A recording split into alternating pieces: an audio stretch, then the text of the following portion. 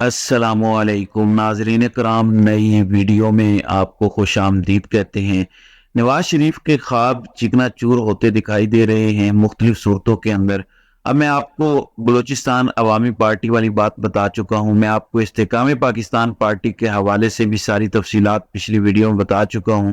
Even Balochistan अवामी party ये कह रही है कि नवाज शरीफ वजीर आजम नहीं बनेंगे। वजीर आजम तो बलूचिस्तान समेत किसी छोटे सूबे से आना है।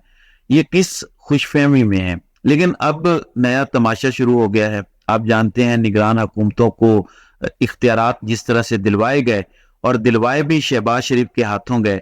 उसके बाद जैसे वो दौरे कर रहे हैं, इंटरनेशनल दौरे कर रहे हैं, जिस तरह से वो प्रोजेक्ट शुरू कर रहे हैं। मैं आपको बताऊं, आज अरबों रुपए के प्रोजेक्ट्स की मंजूरी दी है निगरान वफाकी हुकूमत ने। तो वो लोग कह रहे हैं कि लगता नहीं है कि ये जाने वाले हैं। वो बोल के जरूर कह रहे हैं कि 8 फरवरी को इलेक्शन हो जाएंगे, हम पहले से बेहतर पाकिस्तान आने वाली हुकूमत को दे के जाएंगे। लेकिन हमें ग्राउंड पर सूरत हाल बिल्कुल अलग नजर आ रही है। अब वो कहते हैं कि दो ही चीजें हैं जिसकी बुनियाद पर सब कुछ होना है। एक अमनो अमान की खराबी। आपको पता है आज बड़ा नुकसान हुआ पाकिस्तान का। डेरा इस्माइल खान में फौज के 27 से ज्यादा जवान शहीद हुए हैं। अल्लाह ताला उनके दर्जात बुलंद फरमाए, उनके घर वालों को सब्र जमील अता फरमाए। बेटे का जाना यकीनन बड़ा तकलीफ दे होता है, और फिर धरती पर कुर्बान होने वाले लोग तो अजीम लोग होते हैं। तो इन शोहदा के हवाले से हमारा कंसर्न, हमारी तकलीफ या हमारा दुख अपनी जगह पर मौजूद है। दूसरा मईशत का मामला है। वो कहते हैं कि देखें, मईशत सुधरना शुरू हो गई है। देखें स्टॉक मार्केट कहाँ चली गई है। आपने देखा नहीं है, हमने डॉलर कंट्रोल कर लिया है। आपने देखा नहीं, फलां मुल्क सरमायाकारी पर तैयार हो गया है, फलां मुल्क से बातचीत चल रही है, फलां मुल्क दिलचस्पी का इजहार कर रहा है। तो वो कहते हैं कि अगर हम इलेक्शन में जाएंगे, सियासी एक्टिविटी में पड़ेंगे, तो ये सब खराब हो जाएगा। ठीक कैसे होगा? इसका हल बता दिया है उन्होंने। हाल ये है कि अगले 2 साल इलेक्शन ना करवाए जाएं, अगले 2 साल इन्हीं निगरान हुकूमतों को चलाया जाए। अब अगर रात को आसिफ अली जरदारी इधर उधर से होके इलेक्शन डिले करने की हिमायत कर रहे हैं, तो सब समझ जाएं कि चल क्या रहा है, गेम क्या हो रही है। आज कामरान खान ने भी कहा है कि 8 फरवरी को इलेक्शन होते नजर नहीं आ रहे। और आप सबको पता है कि कामरान खान हो या अंसार अब्बासी, ये कहाँ से बोलते हैं, कौन इनको बुलवाता है, कौन इनकी डोरियां जो है वो हिलाता है। अब खबर यह है कि ताजरों को मैदान में उतारा गया है। चंद दिन पहले अनवारुल हक काकड़ कराची गए थे। स्टॉक एक्सचेंज में उनका एक विजिट था।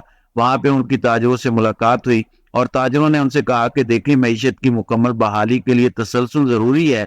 इसलिए ताजरों की अक्सरियत ने, एक या दो ने नहीं, अक्सरियत ने निगरान सेटअप को जारी रखने का मुतालबा किया है। वो कहते हैं कि इस सेटअप को आप चलाएं। मैं फिर आपको कह दूं कि ये जो ताजिर होते हैं या जो बाकी लोग हैं, वो ऐसे ही माहौल बनाना नहीं शुरू कर देते, ऐसे ही ऐसी बातें करना नहीं शुरू कर देते। तो मान लीजिए कि कुछ ना कुछ ऐसा जरूर चल रहा है। अब देखना यह है कि नवाज शरीफ को इसमें से क्या मिलता है। नाज़रीन इकराम, ये एक अलग बात है। नवाज शरीफ को तोहफे दिए जा रहे हैं, जैसे आज अल अजीजिया रेफरेंस में नवाज शरीफ को बरी किया गया है। बड़ा ही मुतनाज़ किस्म का फैसला है। सिद्दीक जान ने लिखा कि नवाज शरीफ बरी तो हो गए हैं, मगर बाइज्जत बरी नहीं हुए। और ये बात दुरुस्त है कि इस किस्म की बरीयत का क्या करना। जज साहिबान इमरान खान के केस में तो सवाल और तरह से करते हैं। आज लग रहा था कि नवाज शरीफ के वकील भी नैब से सवाल कर रहे हैं, जज साहिबान भी सवाल कर रहे हैं। वो कहते हैं देखें जनाब, ये मिलने हैं। नवाज शरीफ के बच्चे छोटे थे, इनके पास इतने जराए नहीं थे कि वो मिल्स बनाते। जज साहिबान कहते हैं तो नवाज शरीफ का ताल्लुक साबित करे ना। नैब का प्रोसिक्यूटर आगे से कहता है कि देखिए सर, यही तो मैं साबित कर रहा हूं कि वो बच्चे छोटे थे, उनके पास कोई जरिया आमदन नहीं था, वो मिल्स कहां से खरीद ली थी। तो आगे से जज कहते हैं कि नहीं नहीं, आपको नहीं पता, मियां शरीफ का भी कारोबार था। ये जज साहिबान के अल्फाज हैं। यही वो अल्फाज हैं जो नवाज शरीफ बोला करते थे, यही अल्फाज नून लीग बोलती थी। फिर एक मौके पर नैब ने कहा कि हमारे तमाम दस्तावेजात ये शवाहिद फोटोकॉपीज हैं। जब ये बात और ये लाइन आ गई नैब की तरफ से, तो पता चल गया कि केस फारिग हो गया है, क्योंकि अदालत तो फोटोकॉपीज को नहीं मानती। उसके बाद जस्टिस आमिर फारूक ने 7.5 मिनट में इंसाफ किया। बल्कि इससे पहले बड़ा एक दिलचस्प सा मामला हुआ। एक मौके पर जस्टिस मियां गुल हसन औरंगजेब के वकील को इस बात पर जो है वो कायल करते नजर आए, नवाज शरीफ के वकील को, کہ آپ کا کیس کیوں نہ ریمانڈ بیک کر دیا جائے، یعنی احتساب عدالت بھیج دیا جائے، لیکن جسٹس عامر فاروق نے ان سے مشاورت کی اور نیب کی استدعا مسترد کرتے ہوئے کہا کہ نہیں، میرٹ پر ہم ہی اس کا فیصلہ کریں گے۔ تو جسٹس عامر فاروق نے کہا کہ نہیں، ہم کس لیے یہاں بیٹھے ہیں؟ تو پھر جسٹس عامر فاروق نے فوری طور پر 7.5 منٹ کا انصاف دیا۔ 7.5 منٹ کے اندر 7.5 منٹ کو لے کر انہوں نے کہا، اور اس سے پہلے بھی انہوں نے کہا تھا کہ جو ریلیف نواز شریف کو دیا گیا ہے وہ صرف نواز شریف کے لیے ہے، یہ آئندہ کے لیے کسی اور کو ایسا ریلیف نہیں دیا جائے گا۔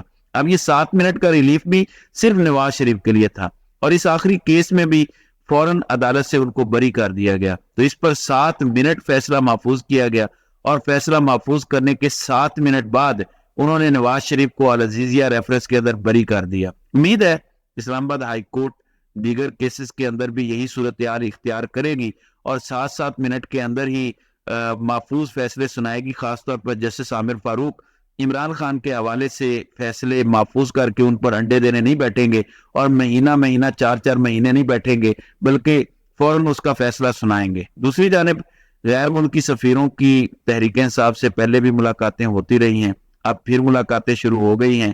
اب فائدہ یہ ہوا ہے کہ بیرسٹر گوہر پر مقدمہ بھی کوئی نہیں ہے، اور وہ پاکستان تحریک انصاف کے چیئرمین بھی ہیں۔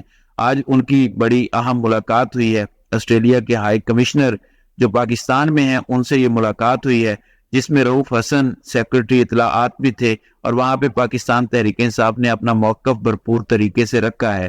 اور جو چیزیں اس وقت چل رہی ہیں، در حقیقت یہ جو مغربی ممالک ہیں یہ بڑے منافق ہیں۔ پاکستان جیسے ملکوں کے اندر انہیں کچھ نظر نہیں آتا، صرف مفادات نظر آتے ہیں۔ یہاں پہ ایون فوجی عدالتیں بھی آ جائیں تو یہ ان کو بھی سپورٹ کرتے ہیں، ان کے لیے مفادات زیادہ ضروری ہوتے ہیں، صرف بیانات اور باقی چیزیں ان کے لیے ضروری نہیں ہوتی۔ اب دیکھ لیتے ہیں کہ یہ ملاقاتیں تو کر رہے ہیں، یہ ان کے سامنے چیزیں بھی ریز کر رہے ہیں، ظاہر ہے کہ ان کا ایک سے ہے، کیونکہ آپ دیکھتے ہیں بہت سارے معاملات میں آسٹریلیا، امریکہ یا دیگر ممالک یہ سب ایک ہی پیج پر ہوتے ہیں۔ اب اس کا رزلٹ کیا نکلتا ہے؟ تحریک انصاف جو یہ چاہتی ہے کہ ہمیں لیول پلینگ فیلڈ ملے، یا وہ اپنا کردار ادا کریں، وہ کر پاتے ہیں یا نہیں کر پاتے۔ ویسے آج کل موسم تو پاکستان تحریک انصاف کو چھوڑنے کا ہے، لیکن پاکستان تحریک انصاف جوائن کرنے کی بات آئے تو یہ بڑی ان یوزول سی خبر ہوتی ہے کہ یہ کون آ رہا ہے پاکستان تحریک انصاف کے اندر۔ میں آپ کو بتا دیتا ہوں، ملاقات ہو چکی ہے، اگلے 1-2 روز کے اندر ملاقات کے بعد باضابطہ اعلان بھی ہو جائے گا کہ وہ پاکستان تحریک انصاف کو جوائن کر رہے ہیں۔ کافی عرصے سے لوگوں کی خواہش بھی تھی، لوگوں کا خیال بھی تھا کہ شاید وہ شامل ہو چکے ہیں، حالانکہ وہ نہیں ہوئے تھے۔ میں سردار لطیف کھوسہ کی بات کر رہا ہوں، جن کا پاکستان پیپلز پارٹی سے تعلق ہے۔ رات کو آصف علی زرداری نے ٹی وی انٹرویو میں ان سے متعلق بڑا کلیئرلی بتا دیا کہ وہ پاکستان پیپلز پارٹی کا حصہ نہیں ہے، جس کے بعد ان کی آج عمران خان سے ملاقات ہوئی ہے، اور عمران خان سے ملاقات کے بعد لطیف کھوسہ نے باضابطہ طور پر پاکستان تحریک انصاف کو جوائن کر لیا ہے، اور بیرسٹر عمیر نیازی نے اس کی تصدیق بھی کی ہے، لیکن وہ اس کا باضابطہ اعلان میڈیا کے سامنے اگلے 1-2 روز کے اندر کر دیں گے۔ تو ناظرین اکرام، آپ کی اس ویڈیو کے حوالے سے کیا رائے ہے؟ آپ اپنی رائے کا اظہار کامنٹ سیکشن میں ضرور کیجیے گا۔